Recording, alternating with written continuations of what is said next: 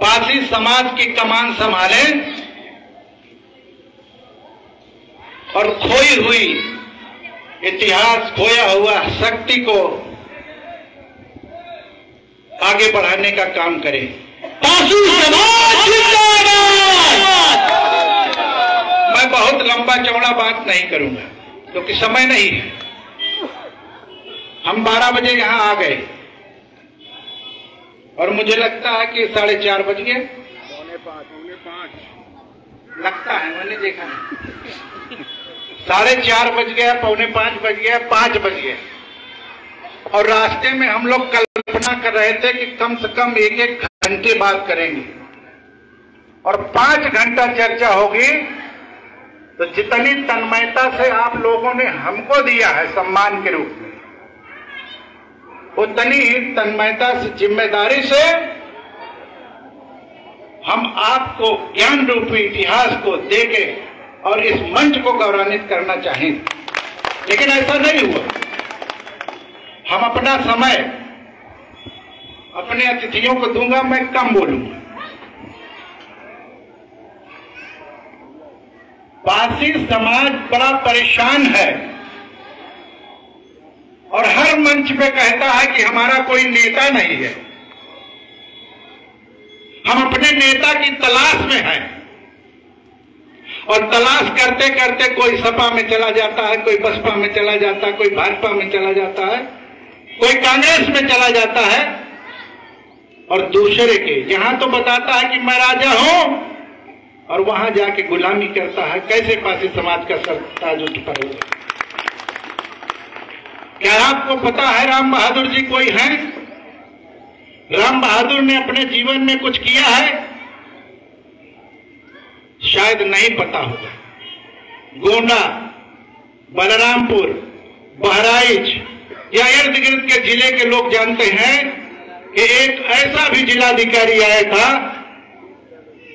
जिसने पूरे जिले को ऐसा इतिहास बना के दे दिया कि वहां के बच्चा बच्चा राम बहादुर के नाम से जानता है। काफी लोग सुने होंगे, आज उनके विचारों को भी सुनेंगे, क्योंकि हम स्वार्थी प्रवृत्ति के लोग हैं। हम जानते नहीं कि हमें क्या करना चाहिए और क्या नहीं करना चाहिए। हम विधायक से आशा करते हैं, हम सांसद से आशा करते हैं, मंत्री से आशा करते हैं, लेकिन हम क्या करते हैं इस पे हम कभी गौर करें? हमको समाज को क्या देना चाहिए? तो हम बाबा साहब डॉक्टर अंबेडकर के जो मूल मंत्र है, पे बैक टू सोसाइटी, क्या हम उसके लिए तैयार हैं? अगर नहीं तैयार हैं तो क्या हम समाज को कुछ दे सकते हैं? आज हमारे बीच में आइए, स्वागत है, आइए। आज हमारे बीच में मुख्य अतिथि के रूप में हमारे अगुआ माननीय राम बहादुर जी के इतिहास को पढ़ो, देखो कि क्या वो शासन सत्ता को चला सकते हैं? क्या पारसी उनको सत्ता सौंपना चाहता है? अगर ईमानदारी से ये बात करते हो तो राम बहादुर जी ने एक इतिहास बनाया। अपने शासन काल में रहते हुए, अपने सर्विस में रहते हुए, मुझे जो अंदाजा है, ना कोई विधायक, ना कोई सांसद, ना कोई मंत्री, ये बड़े डंके के चोट पे प्रामाणिक रूप से कहता हूं कि राम बहादुर ने हजारों लोगों को नौकरी दिया। आपके पास कोई इतिहास हो तो मंच पे बता देना, इनके बराबर कोई काम करने वाला मिला हो तो बताइए। आप सबको बधाई हम देना चाहते हैं कि ये बात मुझे कहने का जो अवसर दिया है, ये बात मेरी झूठी हो सकती है। बुद्ध ने कहा है कि कोई बात इसलिए ना मान लेना कि मैं कह रहा हूं, कोई बात इसलिए न मान लेना कि इतिहास के पन्ने में लिखा है, कोई बात इसलिए न मान लेना कि हमारे पूर्वज करते आए हैं। तो क्या मानना है?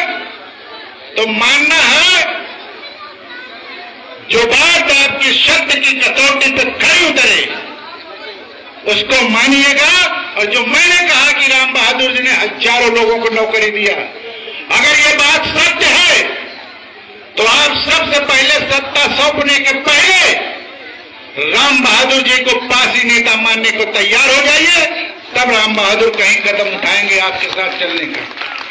क्योंकि आप जो कर्मठ साथी हैं, जो ईमानदारी से काम करते हैं, आप वोट उनको नहीं देते हैं।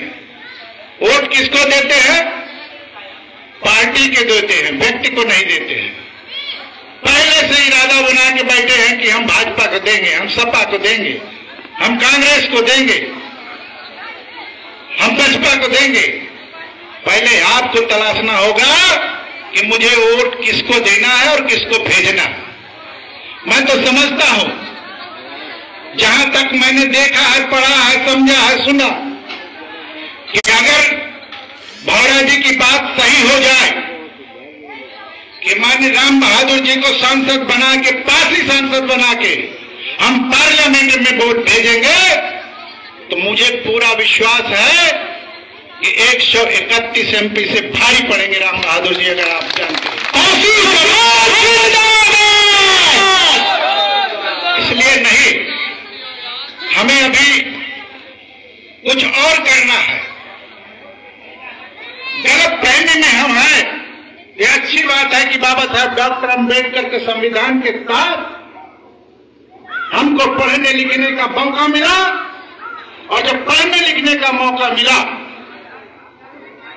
तो हमने सारे अपने महापुरुषों को पढ़ा, अपने राजा महाराजाओं को पढ़ा, लेकिन हमारे अंदर गलत फहमी नहीं होगी कि पहले राजा रानी के पेट से पैदा होता था, अब राजा बैलेट पेपर से पैदा होगा।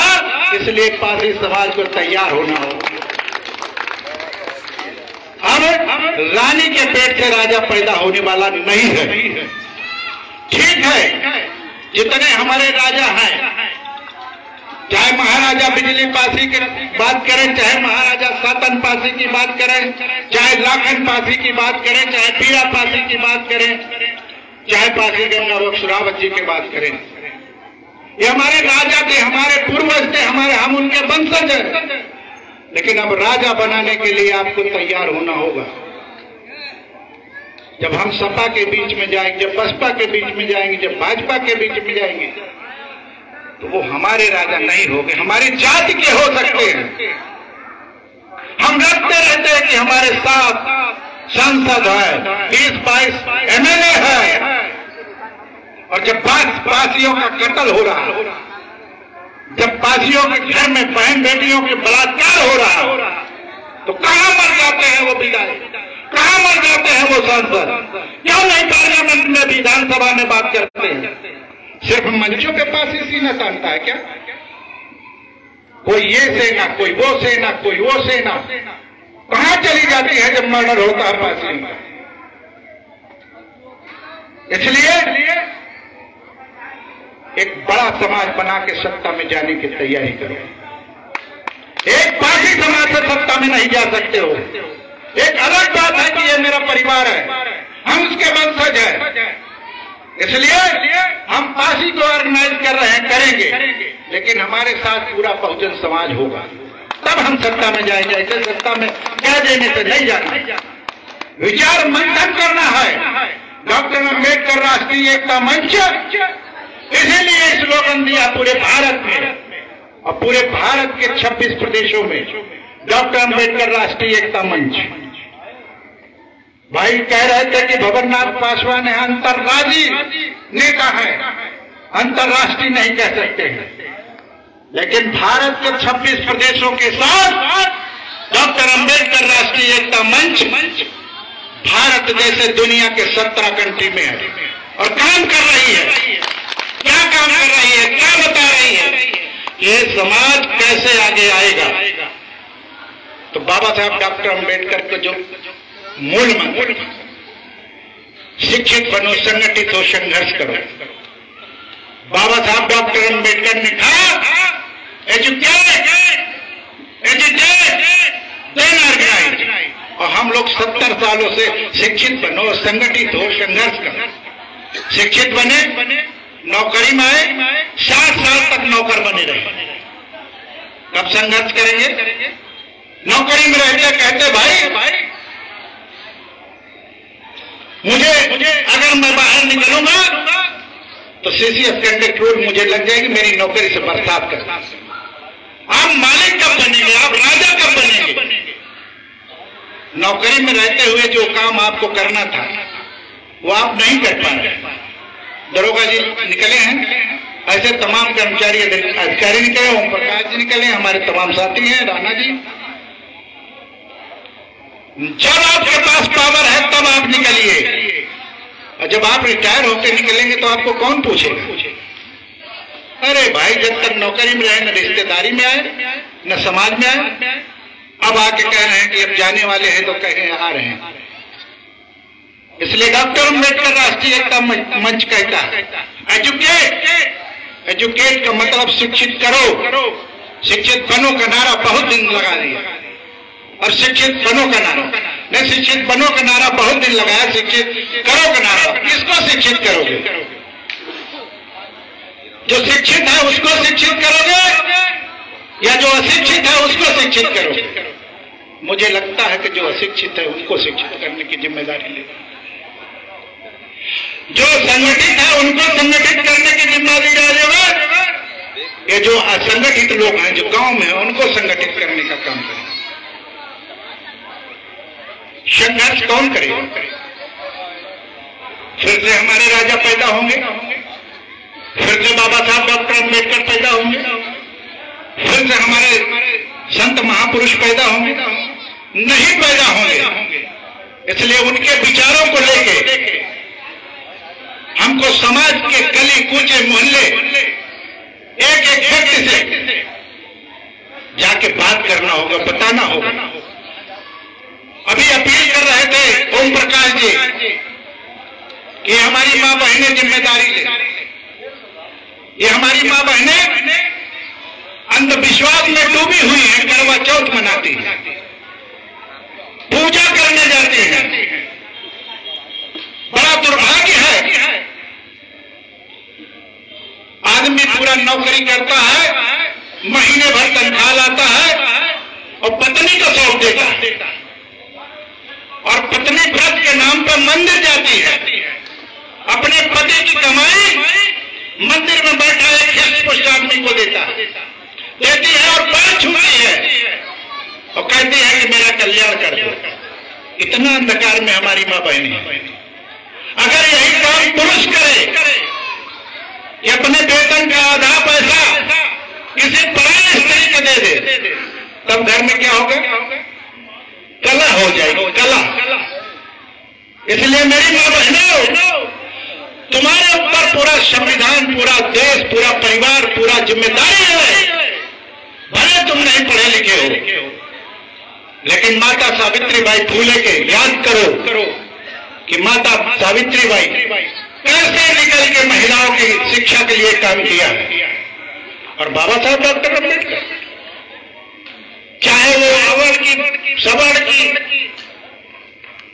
महिलाएं हों, पूरी महिला जगत के लिए जो काम बाबा साहब डॉक्टर अम्बेडकर ने किया वो किसी देवी देवता ने नहीं किया। गलत भाने की इतिहास कब तक बताओगे? देवता का मतलब दुर्गा नहीं, देवता का मतलब गणेश नहीं, देवता का मतलब शंकर नहीं, देवता का मतलब देने वाला।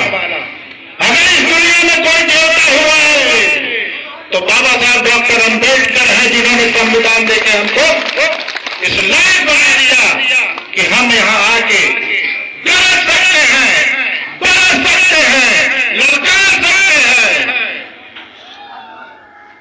ऐसे संविधान की ताकत देके बाबा साहब डॉक्टर अम्बेडकर, कुछ सरफिरे हैं जो बाबा साहब डॉक्टर अम्बेडकर के मुर्दाबाद के नारे लगाते हैं, संविधान की धज्जियां उड़ाते हैं। हम उन सरफिरों से पूछना चाहते हैं कि जब तुम्हारे बाप की हत्या होगी, जब तुम्हारे मां बहन की साथ बलात्कार होगा तो तुम थाने में जाके FIR कराओगे IPC CRPC से, कि मंदिर में जाके पूजा करोगे तब तुम्हारा कल्याण होगा? नहीं, तुमको संविधान के बारे में अधिकार मिला है, इसलिए तुमको संविधान का अध्ययन करना होगा, जिसमें समता, समानता, बंधुत्व, भाईचारा और तुम्हारा अधिकार लिखा है। गीता में नहीं लिखा है, रामायण में नहीं लिखा है। पूजय विप्र सकल गुरु है, शूद्र न पूजय ज्ञान प्रवीण।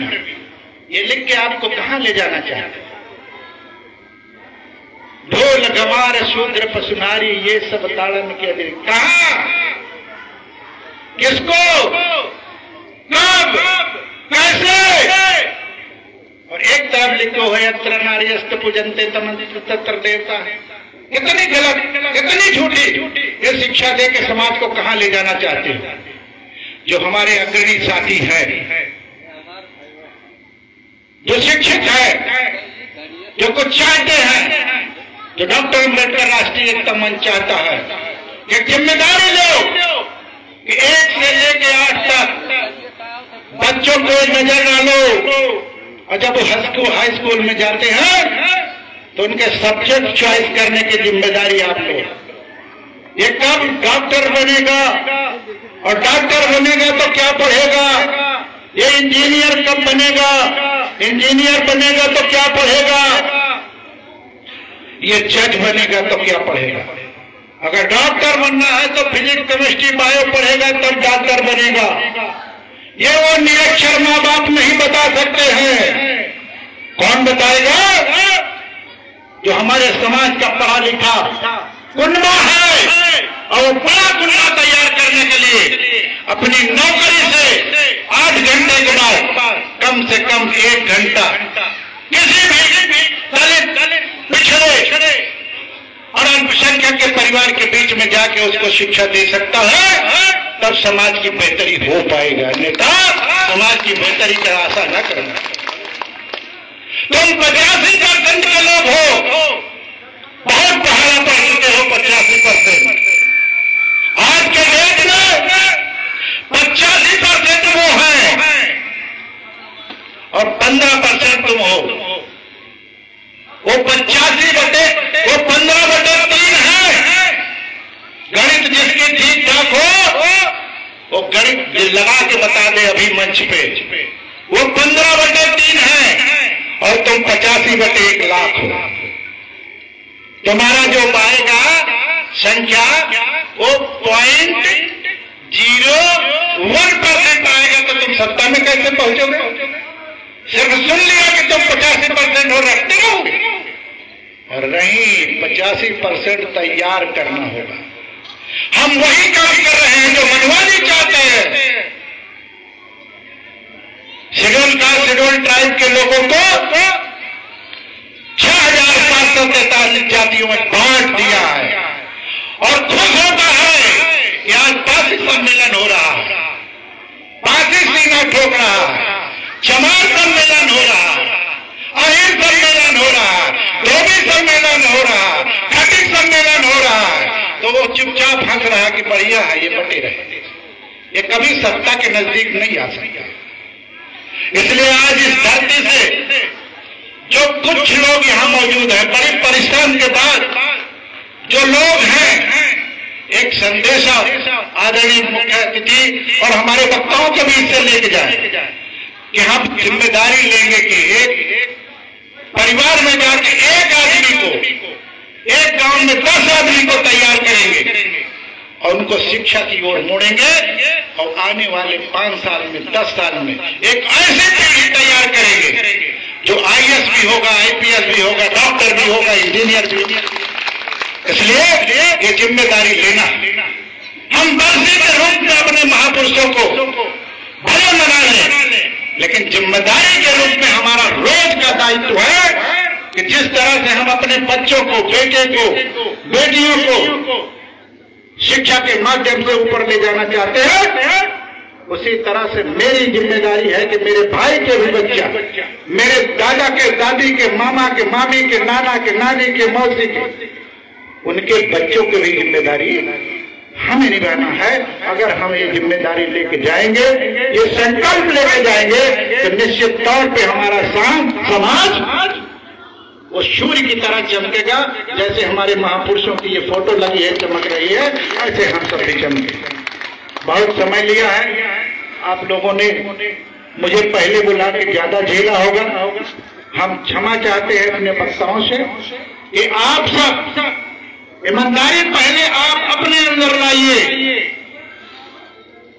अपने समाज के प्रति लाइए, अपने जिले के प्रति लाइए, अपने प्रदेश के प्रति लाइए, दूसरे से आशा न करिए। इसलिए हमने 12 वर्ष पहले 12 साल नौकरी बाकी थी, और 12 साल पहले हमने जब मानवर काशीराम के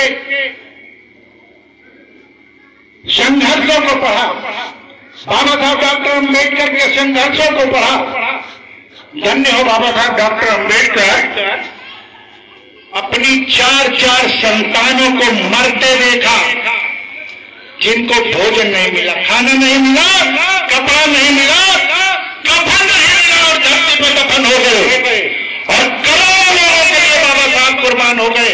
ऐसे बाबा साहब डॉक्टर अम्बेडकर को हम नमन करते हैं। धन्य हो बाबा साहब डॉक्टर अम्बेडकर। इसलिए जिन महापुरुषों ने कुर्बानी किया है, हम उनको बिल्कुल न भुलाएं, लेकिन अपनी जिम्मेदारी को अवश्य निभाएं, तब समाज की बेहतरी हो सकती है। मैं भी लाखों की तनख्वाह पाता,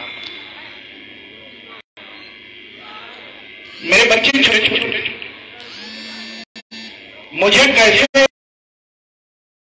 बहादुर साहब तो बिल्कुल सूरज हैं, हजारों लोगों को नौकरी खोजना इतिहास इनका, मंडी परिषद में, PWD में, समाज कल्याण में। मैं ट्रेन से जा रहा था, एक वाकया बताऊं, मैं भी बड़ा नेता हुआ करता था। SC ST के जो PCS की तैयारी करते हैं भागीदारी भवन में, उसमें कब्जा हो गया था। राम बहादुर साहब डायरेक्टर थे, मैं ट्रेन पे सवार था। बोले कहां जा रहे हो? हमने कहा मीटिंग में दिल्ली जा रहे हैं, हमारी वहां कार्यक्रम लगा। कहीं ट्रेन से उतर जाओ। अरे हमने कहा साहब ट्रेन चल चुकी है, कहीं उतर जाओ, हम सवेरे फ्लाइट से भेज देंगे, लेकिन आज रात में हमको एफिडेविट चाहिए, जो वहां PCS की तैयारी कर रहा है उसका सिग्नेचर चाहिए। अब तो सत्ता में नहीं है कह सकते हैं, अब शासन में नहीं है कह सकते हैं, अब तो आप सेवानिवृत्त हैं।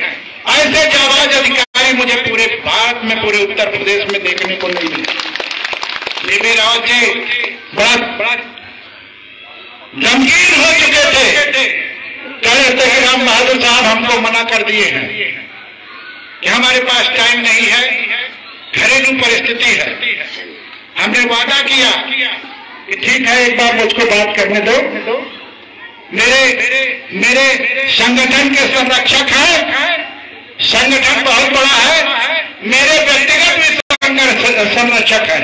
मैं एक बार अनुरोध करूंगा और आपके कार्यक्रम में आदरणीय मुख्य अतिथि को, माननीय राम बहादुर जी को विनती करके, विनय करके, निवेदन करके उस धरती पर लेके आने का काम करूंगा।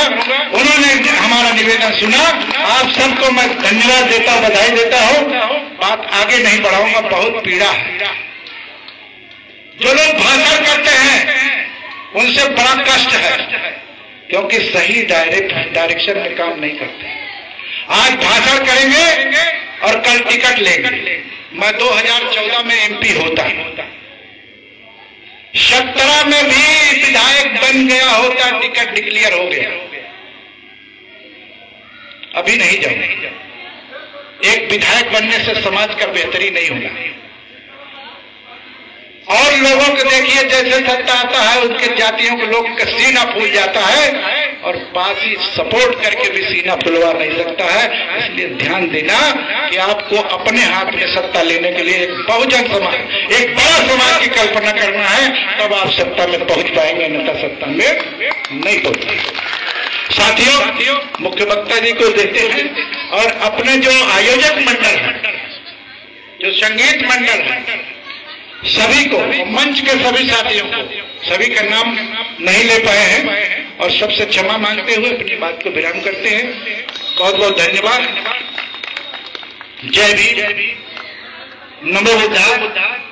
एक बार नारा लगा दीजिए, बाबा